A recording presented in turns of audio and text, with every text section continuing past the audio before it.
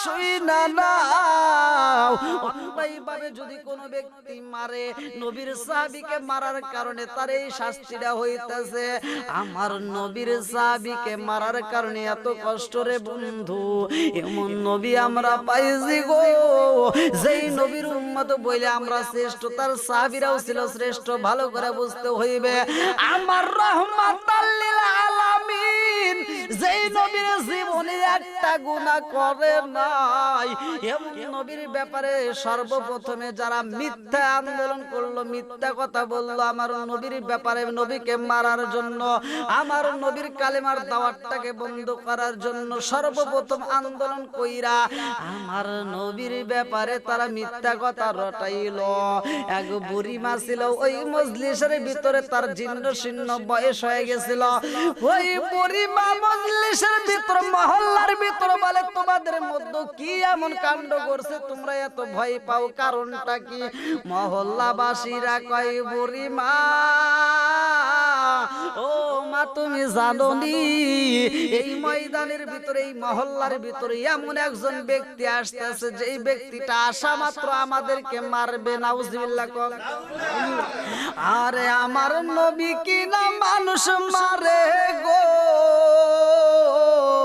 এইটা মহল্লার মানুষে কানাকানি কইরা পালাইছে। বুড়ি মারে সব মানুষরা বুঝায় এই মহল্লায় থাকা যাইবে না। এখন আমরা বাড়ি ঘর চাইরা, মহল্লা চাইরা আমরা পাহাড়ে যাই আশ্রয় নেব, তুমি যাইবানি। বুড়ি মা কান্দে আর কই, জগৎবাসীরা রে, ও জগৎবাসীরা, তোমরা সবাই যাইবা, তোমাদের হাতে শক্তি আছে, পায়ে শক্তি আছে, তোমরা হারতে পারো, তোমরা মাথায় বোঝা নিতে পারো, তোমরা টোপলা নিতে পারো। আমি বুড়ি মা, আমার তো হাতে শক্তি নাই গো, আমার পায়ে শক্তি নাই, আমি কেমনে যাব? জনগণেরা সবাই বুঝাই, বুড়ি মা গো, ও মা তুমি যদি না যাও তাতে কোনো দুঃখ নাই, তবে আমরা তোমারে একটা সত্য কথা বইলা দিয়া যাই, তুমি যদি এই মহল্লার ভিতরে থাকো রে মা, তোমারে কিন্তু বাঁচাবে না। ওই ব্যক্তিটা যার নাম হলো মুহাম্মদ, আব্দুল্লাহর পোলা মুহাম্মদ আয়েশা কিন্তু তোমারে মাইরা পালাইব। আমরা যার যার জীবন নিয়ে সেই টানাটানি গো, আমরা বাঁচার জন্য পাগল, আমরা বাড়িঘর সাইরা পাহাড়ে আশ্রয় নেব, কারণ মুহাম্মদ যেন আমাদেরকে আয়েশা না পাই রে। বুড়ি মা কয়, তোমরা একটু দেরি করো, আমারে একটু নিয়ে যাইবা, আমি একা থাকতে চাই না। এইবার সবাই টোপলা টাপলে গোছাইয়া রে বন্ধু পাহাড়ের দিকে রওনা দিছে। এমন সময় বুড়ি মা টোপলাটা গোছাইয়া আর যাইতে পারে না। বুড়ি মা টোপলা গোছাইয়া গো, বুড়ি মা চোখের পানি ফালাইয়া কান্দে। বুড়ি মার টোপলাটা মাথায়ও নিতে পারে না, কাকলেও নিতে পারে না। এইবার বুড়ি মা টোপলাটা নিচে ফালাইয়া কান্দে আর কয়, কেহ আসনি আমারে একটু সহযোগিতা কইরা আমার টোপলাটা একটু নিয়া দিবা। এই টোপলার ভিতরে আমি একটা খেজুর রেখেছি, এই টোপলার ভিতরে একটু পানি আছে, এই টোপলার ভিতরে আমার পরনের পোশাক আছে, আমার টোপলাটা কে নিতে পারবা গো? মহল্লাবাসী কেউই তারে সহযোগিতা করে না, সবাই তারে চাইরায় আস্তে আস্তে চইলা যায় রে বন্ধু। আমার রহমতের নবী বাবা কইরা মহল্লার ভিতরে প্রবেশ করতেছে। আল্লাহু আকবার, আল্লাহু আকবার, ওয়ালিল্লাহিল হামদু, বিসমিল্লাহির রহমানির রহিম।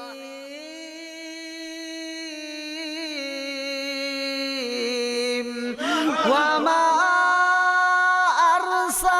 আরসালনাকা ইল্লা রাহমাতাল লিল আলামিন।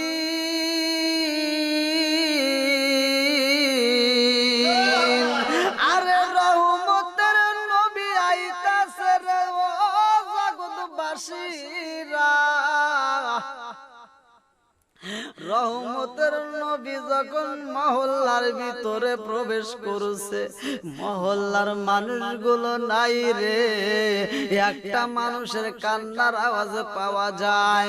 আমার রহমতের নবী বাবা কইরা ওই ঘরের সামনে দাঁড়ায়া গেছে। আমার নবী তাকায়া দেখে গো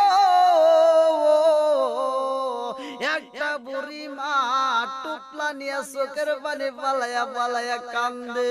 আমার নবী সামনে যাইয়া জিগায়, ও মা তুমি কেন কান্দো? মহল্লার মানুষগুলোকে বুড়ি মা কান্দে আর কয়, বাবা জানো নি এই মহল্লার সবাই পালাইছে, যার যার জীবন বাঁচানোর জন্য সে পাগল হয়ে গেছে রে বাবা, তুমি কি পালাইবা না? আমার নবী কয়, মা কেন তোমরা পালাও? বলি এই ময়দানের ভিতরে এই মহল্লার ভিতরে একজন মানুষ আসবে, যেই মানুষটার নাম হলো মুহাম্মদ গো। ওই মানুষটাই আমাদের এই মহল্লার ভিতরে এসে আমাদেরকে হত্যা করবে, এই জন্য আমরা পালাইতেছি।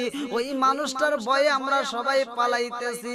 সবাই পালাইছে রে বাবা, আমার টোপলাটা নিয়ে আমি পালাইতে পারতেছি না। আমার নবী কয়, বুড়ি মাগো ও মা তোমার টোপলা নিতে কষ্ট হইব রে মা, তুমি যদি পারো গো মা এই টোপলাটা আমারে দিবানি। এইবার বুড়িমা কয়, ও বাবা আমি তো তোমারে চিনতে পারি না, এই টোপলাটা তুমি আমার মাথায় একটু তুইলা দিতে পারবানি? এই টোপলাটা যদি আমি বুড়িমার মাথায় তুইলা দিতে পারো গো, আমি হাইটা যাইতে পারবো। ওই ময়দানে পাহাড়ের কিনারায় সবাই আশ্রয় নিয়েছে। আমার নবী কয়, তোমার মাথায় তুইলা দিতে আমি পারবো না। বুড়িমা কয়, কেন এ কথা বলো? তুমি কি বড়দেরকে সম্মান করতে পারবা না? এইবার আমার নবী কয়, আমি বড়দেরকে সম্মান করব, ঠিক আছে। লা ইয়ারহামুল্লাহু মান লা ইয়ারহামুন নাস, ভালোবাসা আগে মানুষকে শিখতে হইব। যে এই ব্যক্তিটা মানুষকে দয়া করে না, আমার আল্লাহ তারে দয়া করে না। আমার নবী কয়, বুড়ি মা তোমার মাথায় তুইলা দিতে পারবো না, এই টুকলাটা আমার মাথায় দিয়ে দাও। তুমি যেইখানে যাইবা গো সেইখানে আমি তোমারে পৌঁছায়া দেব। জোর জোরে কন্যা সুবহানাল্লাহ। আরে নবী আমার আল্লাহর বন্ধু, তাতে সন্দেহ নাই, আমরা নবী নবী কইরা মজা পাই। অনেক কষ্ট আমার মনে নবী কষ্টে এর সীমা নাই, অনেক কষ্ট আমার মনে নবী কষ্টে এর সীমা নাই। সকল কষ্ট দূর হইবে, সকল কষ্ট দূর হইবে যদি আপনার দিদার পাই। আমরা নবী নবী কইরা মজা পাই। এইবার আমার নবী বুড়িমার টুবলাটা মাথায় নিয়া গো আমার নবী বুড়িমার সাথে হাঁটা রওনা করেছে রে বন্ধু। হাঁটতে হাঁটতে হাঁটতে হাঁটতে পাহাড়ের কিনারায় এইবার সব জনগণ তাকায় দেখতেছে কি ব্যাপার, বুড়িমা কারে সাথে নিয়ে আসে গো। আমরা যার ভয়ে পালাইছি তারই তো সাথে নিয়ে আসতেছে। এইবার সব জনগণেরা কয়, বুড়িমা ও মা তুমি কি করলা? তোমার তো কোনো কিছুই বুঝে আসে না। বুড়িমা কয়, তোমরা সবাই পালাইছো গো, আমি পালাবো শুধুমাত্র এই টুকলাটার কারণে আমি আসতে পারি না, এই টুকলাটা নিয়ে আমি বিপদে পইরা আছিলাম। এইবার সব মানুষেরা কয় বুড়িমা তুমি কি মরণকে ভয় পাও না? বলে হ্যাঁ আমি অবশ্যই ভয় পাই। বলে তাইলে তুমি কারে সাথে নিয়ে আইছো? বলে কে? বলে এই ছেলেটা তো আমার সহযোগিতা করেছে। এইবার সব জনগণ কয় বুড়িমা জানো নি ও বুড়িমা, আমরা যার ভয়ে পালাইছি যে এই ব্যক্তিটা আমাদেরকে মারবে, আমাদেরকে হত্যা করবে, তুমি তো তারই সাথে নিয়ে আইছো। বুড়িমা কান্দে আর কয় জগৎবাসীরা রে ও জগৎবাসীরা শুই না নাও, খোদার কসম এই মানুষ কোনদিন মানুষ মারতে পারে না, এই মানুষ কোনদিন মানুষ মারতে পারে না। যেই মানুষটা কষ্টের সময় সহযোগিতা করে গো, যেই মানুষটা বিপদের বন্ধু হয়ে পাশে দাঁড়ায়, যেই মানুষটা ক্ষুধার্ত ব্যক্তির মুখে খাবার দেয়, যেই মানুষটা প্রশ্রয়হীন মানুষের গায়ে প্রশ্র দেয় গো, যেই মানুষটা রোগের চিকিৎসা দেয়, এই মানুষটা কোনোদিন মানুষ মারতে পারে না। খোদার কসম এই মানুষটা কোনোদিন মানুষ মারতে পারে না। জোরে জোরে কন্যা সুবহানাল্লাহ। লিমাই কুতালু ফি সাবিলিল্লাহি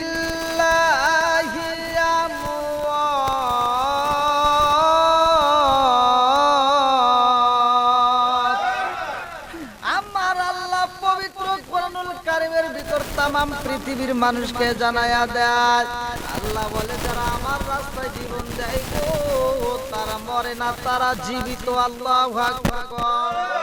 এ বন্ধুরা আমার গো, আমি সেই শহীদদের কথাই আপনাদের মাঝে ভালো করে বলতেছি, ভালো করে শুনবেন। হযরত ওমর রাদিয়াল্লাহু আনহু একে একে সবাই খিলাফত প্রাপ্ত হয়, সর্বশেষে যাকে দায়িত্ব দেওয়া হয় হযরত উসমান জিন্নুরাইন, যার ব্যাপারে আমার দয়াল নবী মায়ার নবী বলেছে আমার জিন্নুরাইন উপাধি দেওয়া হয়েছে উসমান গনিরে। আমার নবীর দুইটা মেয়ের বিবাহ করেছেন তিনি। সেই উসমান গনি যখন শহীদ হয়ে যায় গো, তার 6 দিন পরে মিশরের বিদ্রোহী নেতা, যার নাম কিতাবের ভিতরে উল্লেখ করা হয় ইবনে সাবা, এই ইবনে সাবা তিনি তখন খলিফা হওয়ার জন্য নির্বাচিত করেন একমাত্র হযরত আলী রাদিয়াল্লাহু আনহু, তিনি খলিফা হওয়ার যোগ্য। জোরে কোন সুবহানাল্লাহ। বন্ধুরা রে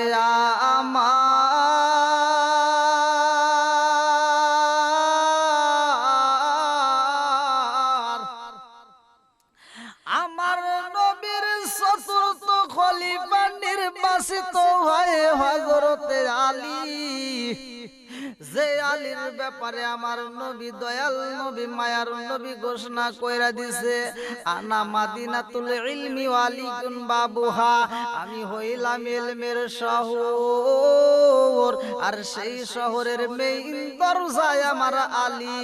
জোরে জোরে কন্যা সুবহানাল্লাহ।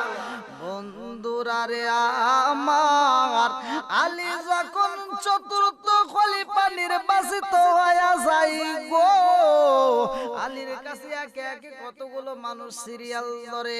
এইবার মানুষগুলো আলীর হাতে আইসা বায়াত গ্রহণ করে। এ মুরব্বি বাবাজিরা গো, আলীর হাতে বায়াত গ্রহণ করে রে বন্ধু। আলী এইবার মানুষকে পরামর্শ দেয়, দিনের তালকিন গুলো দেয়, কালেমার তালকিন গুলো দেয়। আলী যখন তাদের হাতে হাত দিয়ে বায়াত করাই গো, কিছু লোক তার বিরোধিতা করে, খারিজির মধ্যে ভালো করে শুনবা। এই আলী যখন খলিফা নির্বাচিত হয়, আরে বন্ধু এইবার তিনি যখন মানুষ সমাজে যখন মুরিদি করতেছে, তার হাতে মানুষ যখন বায়াত হইতেছে, খারিজিদের মধ্যে যখন বেজাল লাগা যায়, আলী এটা করবে এটা তারা মানে নিতে পারে না। এইবার তারা সমালোচনা করলো আলীরে কিভাবে মারা যায়।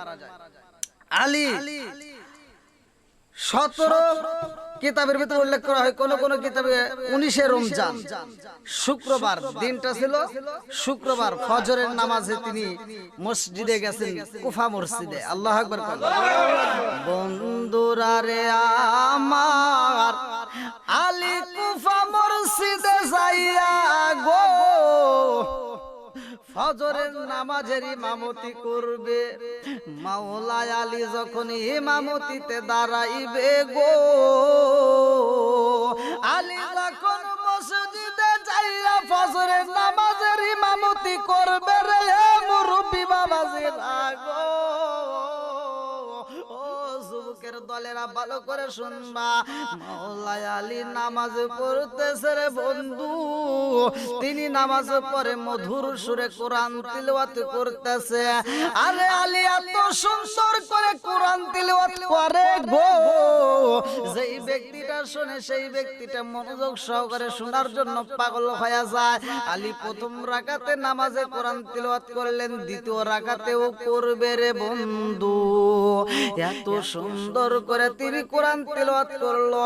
এইবার দ্বিতীয় রাকাত পড়ার জন্য যখন তিনি দাঁড়াইব, আরে সেজদারত অবস্থায় এমন একজন বেঈমান, যার নাম কিতাবের ভিতর উল্লেখ করা হয় আব্দুর রহমান। এই বেঈমান ওরে আব্দুর রহমান বলা যাইব না, ওর নাম হলো ইবনে মুলজাম। এই মুলজাম পিছন দিক থেকে একটা তরবারি নিয়া হযরতে আলীর মাথার উপরে একটা বাড়ি বাইরা দেয়। আরে আলীর মাথার উপরে যখন বাড়ি বাইরা দেয়, আলী সেজদারত অবস্থায় মসজিদের ভিতর বইরা যাই গো।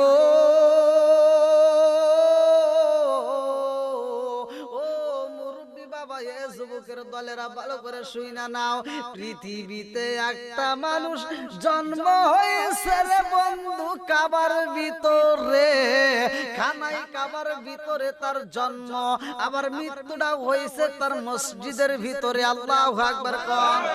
আরে যার জন্ম হয়েছে খানাই কাবার ভিতরে, আবার মৃত্যুটা হয়েছে মসজিদের ভিতরে রে বন্ধু, তারে যে তরবারি দিয়ে আঘাত করা হয়, কিতাবের ভিতর উল্লেখ করা হয় ওই তরবারিটা বিষ মাখানো ছিল। বিষের আঘাতের কারণে হযরত আলীর তাড়াতাড়ি মৃত্যু হয়ে যায়। এ মুরব্বি বাবা, এ যুবকের দলেরা, আলীর দেহ মুবারক কোথায় রাখবে? আলীর লাশটা কিভাবে রাখবে? আলীর লাশটা কোন জায়গায় মাটি দিবে? এই দেহটা কোন কবরস্থানে দেওয়া হইবে? এইটা প্রচার না কইরা রে বন্ধু গোপনে তার লাশটা মাটি দেওয়া হয় গো, একমাত্র খারিজিদের ভয়ে।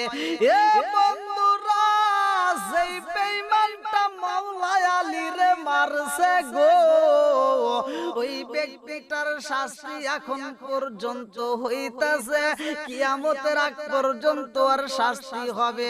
কিতাবের ভিতর উল্লেখ করা হয় এক পাদ্রী মরুভূমির এলাকার ভিতরে তিনি শুধুমাত্র মরুভূমির এলাকাটা দেখাশোনা করত গির্জার ভিতরে থাইকা।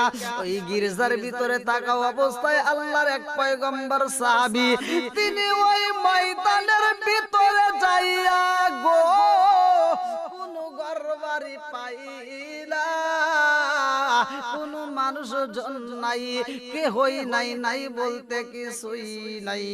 ওই মরুভূমি এলাকার ভিতরে ওই পয়গম্বর সাহাবীটা আস্তে আস্তে পা পা করে হাইটা গির্জার সামনে দাঁড়াইছে। আরে গির্জার পাশে দাঁড়াইয়া তাকায়া দেখে একজন ব্যক্তি গো ওই গির্জা গির্জার ভিতরে বইসা রয়েছে। এইবার এই ব্যক্তিটা কয়, ও পাদরি ভাই,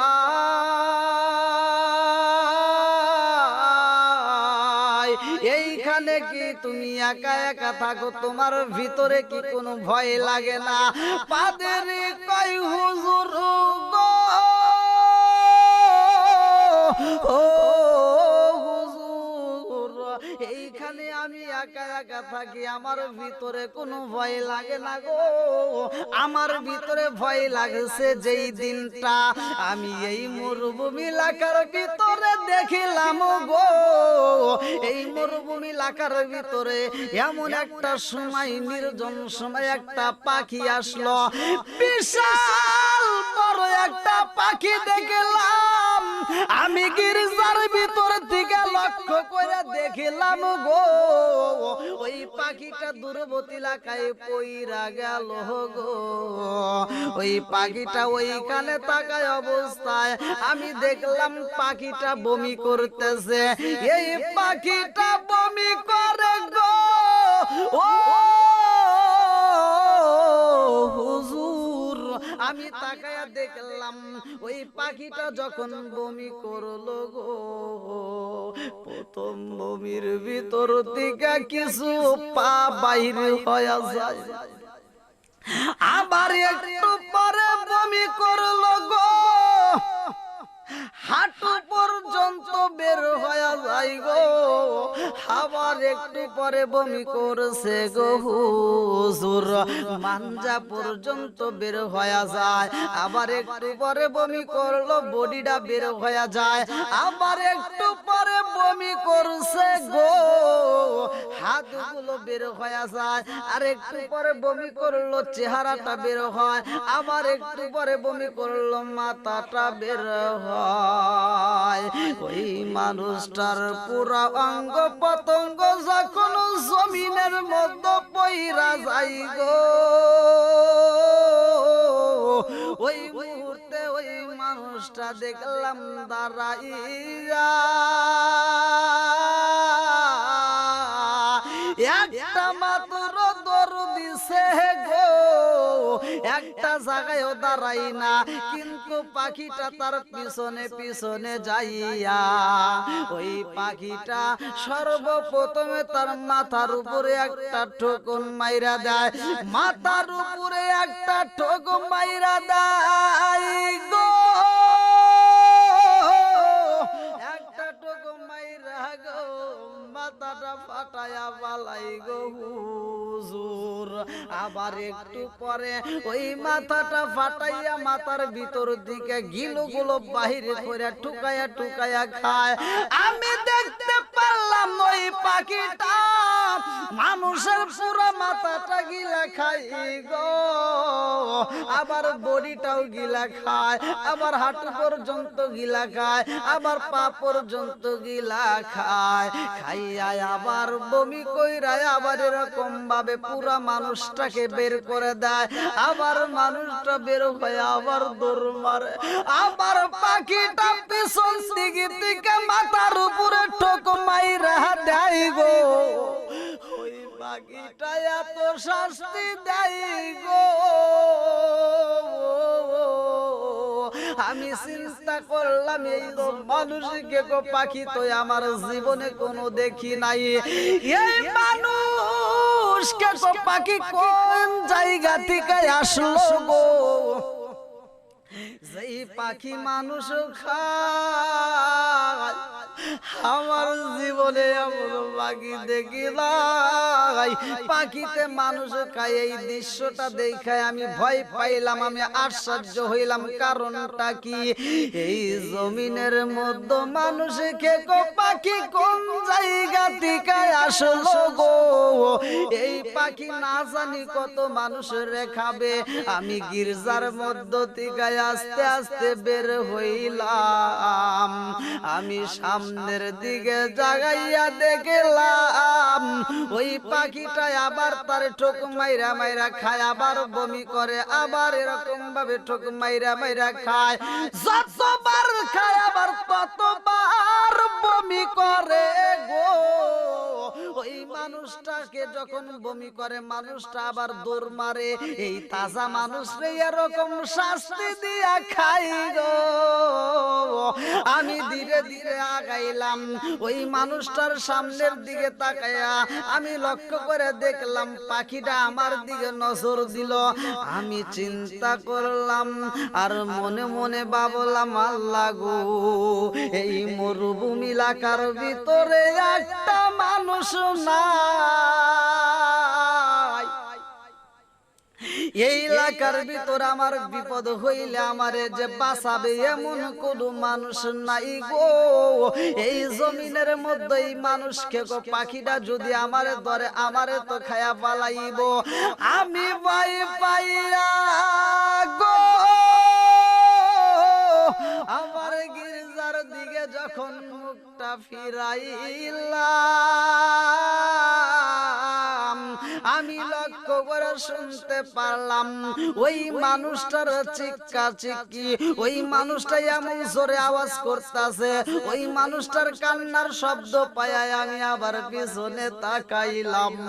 পাখিটা আমারে ইশারা দিয়া ডাক দিতাছে, পাদরি গো দেরি কইরো না, তুমি আমার কাছে চইলাই আসো।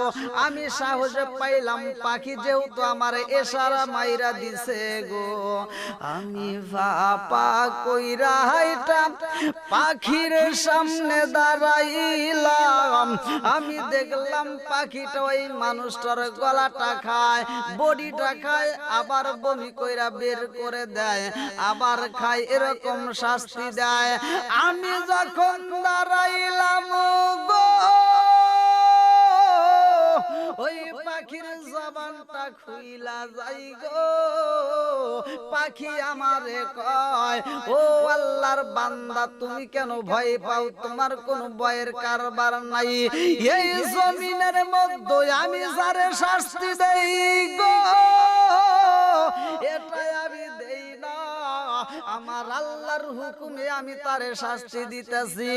আমার আল্লাহর হুকুম হইছে, ও আল্লাহর বান্দা জানোনি, এই ব্যক্তিটারে শাস্তি দেব শুধুমাত্র আজ আর কাল নয় গো, কিয়ামতের আগ পর্যন্ত ওরে এভাবে আমি বমি করব, আর এভাবে ওরে টুকরায় টুকরায় আমি খাবো। এইবার তিনি কি করলেন, পাদ্রী সাহস নিয়ে কথা বলল, ও পাখি, তুমি কারো হুকুমে ওরে এত কষ্ট দিতেছো, আর এই ময়দানে কেনই বা তুমি আসলা? পাখিটা এইবার পাদ্রীর দিকে তাকাইয়া বলে, আমি কেন ওরে শাস্তি দেই জানো নি? ওর কাছে জিগাইবা, ওর পরিচয় জিগাইবা, ওর নাম জিগাইবা, ওর কাছেই তুমি জিগাইবা আমি কেন ওরে শাস্তি দেই। এইবার পাখিটা আবার বমি কইরা ফালাইছে গো,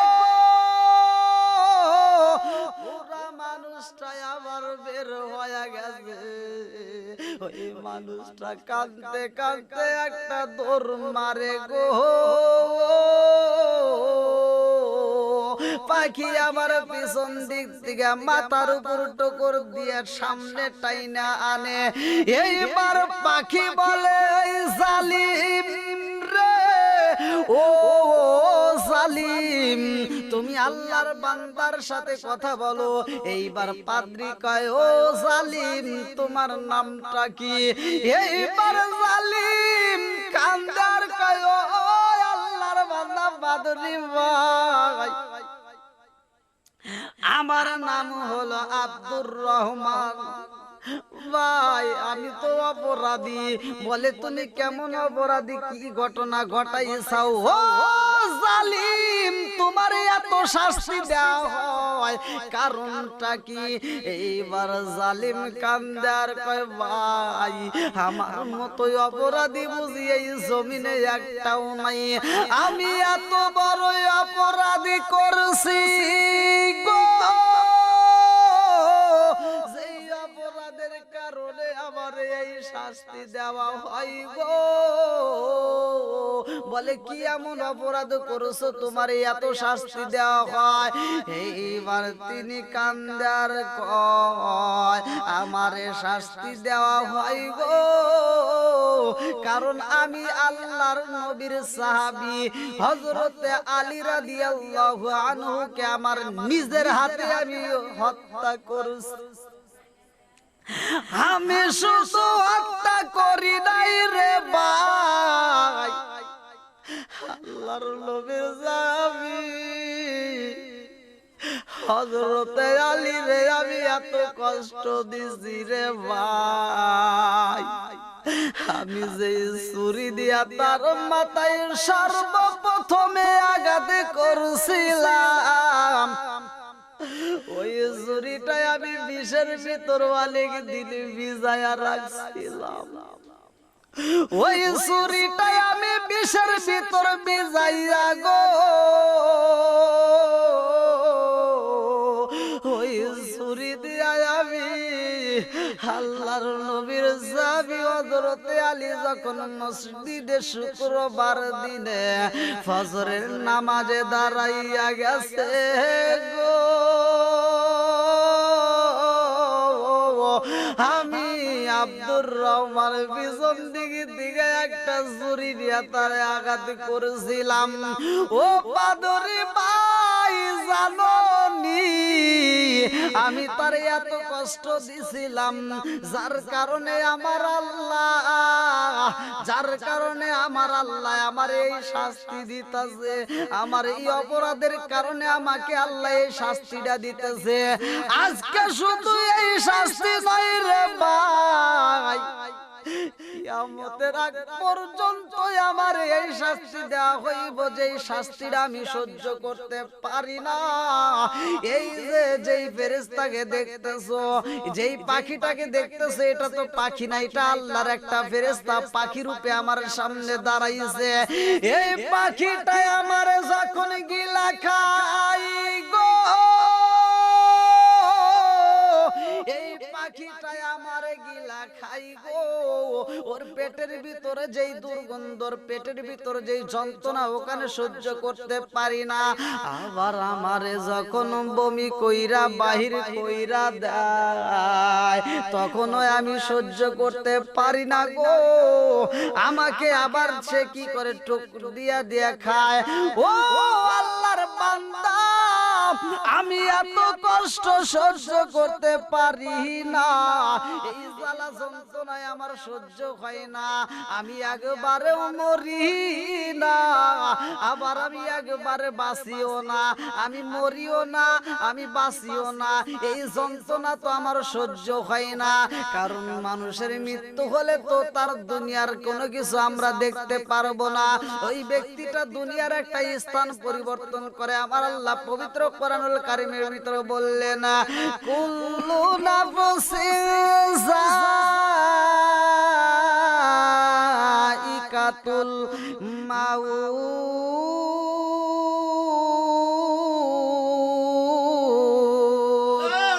আমার আল্লাহ কয় মউত নামক ফলটা সবার জীবনে খাইতে হইবে, এই ফলটা কেউই মিস করতে পারবে না, সবারই খাইতে হইবে। এইবার পাদ্রীর সামনে জালিম কান্দে আর কয় আল্লাহর বান্দা, আমি তোমারে একটা কথা বলতে চাই গো, আমার মতো এরকম কেউ অপরাধ যেন কোনো ব্যক্তি না করে, অন্যায় ভাবে কাউরে যেন হত্যা না করে, অন্যায় ভাবে যেন কাউরে সেই কোনো ব্যক্তি না মারে। ও আল্লাহর বান্দা, আমার এই শাস্তি আমি সহ্য করতে পারি না, এটা আমার আল্লাহর পক্ষ থেকে এটা বাজেট করে পালাইছে। পাখিতে আবার তারে ঠোক মাইরা খায়, পাখি কয় আল্লাহর বান্দা, এই জমিনের মধ্যে আমি থাকবো না, এই জমিনের ভিতরে আমার আল্লাহর হুকুম নিয়ে আমি তোমার দরবার, তোমার এই মজলিসের ভিতর আসছিলাম। আমার আল্লাহ এই জালিমের শাস্তির ব্যাপারে তামাম পৃথিবীর মানুষকে জানানোর জন্য আমারে এই মরুভূমির ময়দানে আল্লাহ পাঠাইছে। এই ময়দানের ভিতরে আমি থাকতে পারবো না গো, তোমারে এইটা আমার আল্লাহর হুকুমে দেখায়া গেলাম। এই জালিমরে নিয়ে আমি এখন আটলান্টিনা মহাসাগরের মাঝে যাব। ওই কিনারা এই জালিমরে আমি আবার বমি করব, আবার ওরে টুকায়া টুকায়া খাবো। এই খাবার এই বমি করাটা আমি কিয়ামতের আগ পর্যন্ত ওরে শাস্তি দেব। আমার আল্লাহ এই ডিউটিটা আমার উপরে ফালাইছে। ও আল্লাহর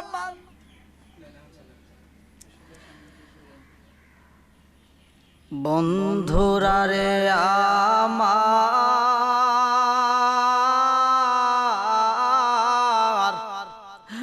মদিনা মুনওয়ারার সৌভাগ্যবান বিড়ালের ঘটনা। আর ভারতের পাঞ্জাবের শহরের হাজী ইসমাইল রহমাতুল্লাহ আলাইহি তিনি বলেন আমি যখন হজের উদ্দেশ্যে ভারতবর্ষ ছেড়ে আমি মদিনার দিকে রওনা করলাম। হাজী ইসমাইল রহমাতুল্লাহ আলাইহি বলে আমি মদিনায় যাইয়া দেখলাম গো, আমার নবীর কারণে সোনার মদিনাটা এত সুন্দর গো। ওই মদিনার পশু পাখিগুলো সুন্দর, ওই মদিনার গাছগুলো এত সুন্দর। পৃথিবীতে আমি যতগুলো দেশ দেখলাম গো, মদিনার মতো এত সুন্দর দেশ আর কোথাও দেখি নাই। হাজী ইসমাইল রহমাতুল্লাহ আলাইহি বলেন আমি হজ করে মক্কা মদিনা থেকে যখন মদিনায় যাই, আমি মদিনায় যাইয়া আমি নবীর রওজায় সালাম দিলাম গো। এত সুন্দর দেখতে আমার চোখে এত সুন্দর লাগে, আমি ডাইনে তাকাই ভালো লাগে গো, বামে তাকাই ভালো লাগে, সামনে তাকাই ভালো লাগে, পিছন দিকে তাকাই ভালো লাগে। আমি হাজী ইসমাইল রহমাতুল্লাহ আলাইহি আল্লাহর দরবারে বলি আল্লাহ গো, এই মদিনা এত সুন্দর, মদিনার মানুষগুলো অনেক সুন্দর, এই মদিনার পশু পাখিগুলো এত সুন্দর।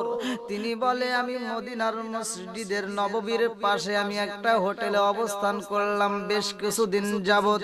আমি হোটেলের ভিতরে যখন দস্তরখানা বিছাইলাম, খাবার খাওয়ার জন্য যখন আমি দস্তরখানা বিছাইলাম, আমার খাবার যখন রেডি করা হয় গো, আমি খাবো, আমি সামনের দিকে তাকায় দেখলাম পা পা কইরা হাইটা একটা বিড়াল আমার সামনে হাজির হয়ে যায়। আমি হাজী ইসমাইল রহমাতুল্লাহ আলাইহি লক্ষ্য করে দেখলাম ওই বিড়ালটা পা পা কইরা হাইটা গো আমার খাবার দস্তরখানার সামনে আইসা বইসা যায়। আমি প্রথম দিন আমার খাবারের কিছু অংশ খাবার আমি ওই বিড়াল রেস দিয়া দিলাম গো, একটা মাত্র কারণে আমি ইসমাইল রহমাতুল্লাহ আলাইহি মদিনার বিড়াল দেইখা পাগল হয়ে গেছি। আরে মদিনার বিড়াল এত সুন্দর, আমি 12 বর্ষের ভিতরে এত সুন্দর কোন বিড়াল দেখি নাই গো। আমি যত জায়গায় গেছি কোন জায়গায় এত সুন্দর বিড়াল দেখি নাই। আরে মদিনার বিড়াল এত সুন্দর, ওই বিড়ালটার দেখে ওর প্রেমে আমি পাগল হয়ে গেছি। ওই বিড়ালের চোখের দিকে তাকাইলে আমার মায়া লাগে, ওর চেহারার দিকে তাকাইলে এত সুন্দর মায়া লাগে গো, ওই বিড়ালটা যেমন সুন্দর গো তেমনি বিড়ালটা ছিল মায়াবী। আমি ওই বিড়ালটারে ভালোবাসা ফালাইছি। এরকম প্রথম দিন আমি খাবার দিয়া যখন ওরে খাবার খাওয়াইয়া বিদায় দিলাম, পরের দিন আবার খাইতে বসলাম। আমি যখন দস্তরখানা বিছাইয়া গো আমি খাবার রেডি কইরা বালাইছি, আমি সামনের দিকে তাকায় দেখলাম আগের দিনের মতো আবার পাপা কইরা হাইটা বিড়াল আমার সামনে আইসা আমার দস্তরখানার সামনে বইসা গেছে। আমি বিড়ালকে আগের দিনের তুলনায় এদিনও আমি খাবার তার কাছে পৌঁছায়া দিলাম গো। বিড়াল রে আগে খাবার দিয়ে আমি খাইতে বসিলাম, বিড়ালটা খাবার খাই গো। খাবার খাওয়া শেষ হইলে আবার আস্তে করে রুম থেকে বের হইয়া চইলা যায়। আমি চিন্তা করলাম, বললাম আল্লাহ গো এত সুন্দর বিড়াল, মদিনার মনোয়ারার বিড়াল, এত সুন্দর বিড়াল তাকে কই আমি যখন খাইতে বসিও কেমনে বসে, আমার খাবার সময় আবার রুমের ভিতর চলে আসে হোটেলের মধ্যে, কারণটা কি আমার তো বুঝে আসে না। এইবার হাজী ইসমাইল রহমাতুল্লাহ আলাইহি বলে আমি যখন ওই বিড়ালটারে খাবার খাওয়াইয়া বিদায় দেই গো, ওই বিড়ালের খাবার খাওয়ার দৃশ্য আমার চোখে চোখে ভাসে গো। এত সুন্দর বিড়াল আমার ভারতবর্ষে নাই, এই মদিনা মুনাওয়ারার ভিতরে এত সুন্দর বিড়াল একটা মাত্র কারণে সৃষ্টির সেরা মানব সৃষ্টি কুলের যিনি মূল, তার জন্ম যেইখানে সেখান থেকে আইসা ওই মক্কা থেকে আবার মদিনার বুকে যার স্থান হয়ে গেছে।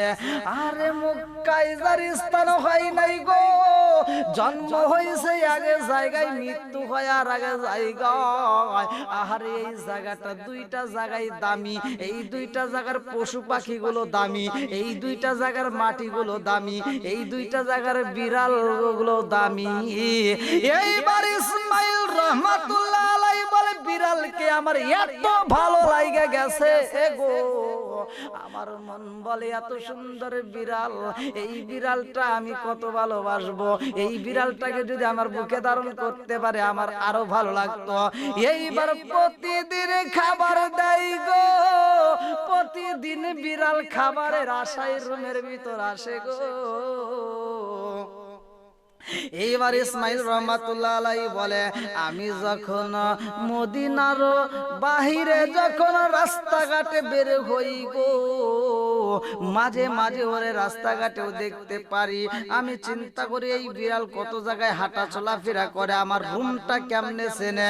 আর আমি যেই সময় খাবার খাই গো,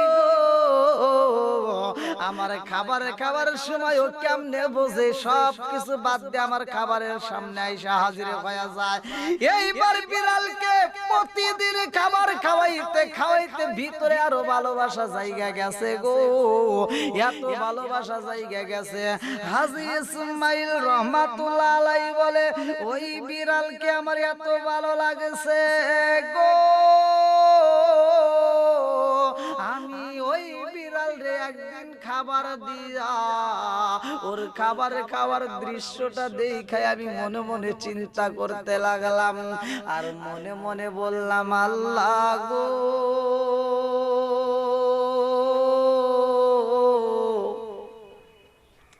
মদিনা মুনাওয়ারার বিড়ালটা এত সুন্দর, এই বিড়াল আমি যদি ভারতবর্ষের ভিতর নিতে পারতাম গো, আমি মদিনার নিশানা হিসাবে এই বিড়ালটারে আমি ভারতবর্ষে পালতাম, আমি মদিনার স্মৃতি রাখতাম, এই বিড়ালটারে আমি মনের মতো করে আদর করতাম। এই বিড়ালটারে যদি আমি ভারতে নিতে পারি গো, আমি ওরে মনের মতো কইরা আদর করব, ওরে আমি মনের মতো করে খাওয়াবো, ওরে আমি মনের মতো করে যত্ন করব। এইবার হাজী ইসমাইল রহমাতুল্লাহ আলাইহি খাবার খাইতে দিছে বিড়াল রে, বিড়াল খাবার খায়। আর ইসমাইল রহমাতুল্লাহ আলাইহি তিনি মনে মনে কল্পনা করে এই বিড়ালটা আমি যাবার সময় 12 বর্ষে নবীর স্মৃতি স্বরূপ মদিনা মুনাওয়ারার নিশানা আমি নিয়ে যাব 12 বর্ষে। এই কল্পনা জালপনা যখন মনে মনে কইরা পালাইছে গো, ওই বিড়ালটা খাবার খাইতে খাইতে খাবার খাওয়া বন্ধ কইরা দিয়া চইলা যায়। এই বিড়াল যখন চইলা যায়, ইসমাইল রহমাতুল্লাহ আলাইহি বলে আমি তাকায়া দেখলাম এই বিড়ালটা খাবার প্রতিদিন শেষ করতো, আজকে শেষ করে না। আজকে অল্প একটু খাবার খাইয়া যখন চইলা যায়, পিছন দিকে তাকাইয়া আমার দিকে একবার তাকায়, আবার সামনের দিকে তাকায়, হাঁটে আবার পিছন দিকে তাকায়। আমি মনে মনে চিন্তা করলাম, আল্লাহ প্রতিদিন খাবার শেষ কইরা যাই গো, আজকে কেন খাবার শেষ না কইরা রুম থেকে বের হয়ে যায়, আমার তো বুঝে আসে না। এই বিড়ালটারে আমি একটা বাড়ি দেই নাই, এই বিড়ালটারে একটা দমক দেই নাই, এই বিড়ালটারে একটা থাপ্পড় দেই নাই, অথচ বিড়ালটা কেন আজকে চইলা গেল এটা তো আমার বুঝে আসে না। বন্ধুরা রে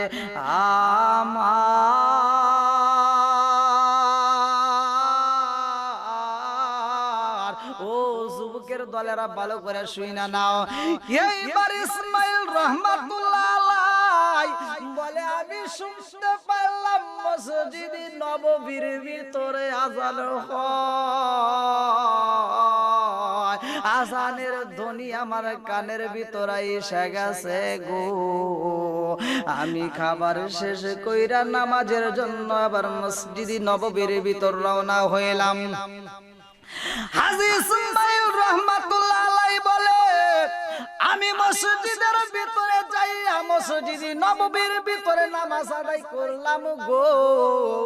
আমি নামাজে পইরা আবার পাপা কইরা হাইটা আমি আমার দয়াল নবী মায়ার নবীর রওজার পাশে দাঁড়াইলাম। আমি নবীর রওজার পাশে দাঁড়ায়া সালাম দিতে লাগলাম। আল্লাহু আকবার কর। আমি স্বপ্ন যুগে পাইলা তোমার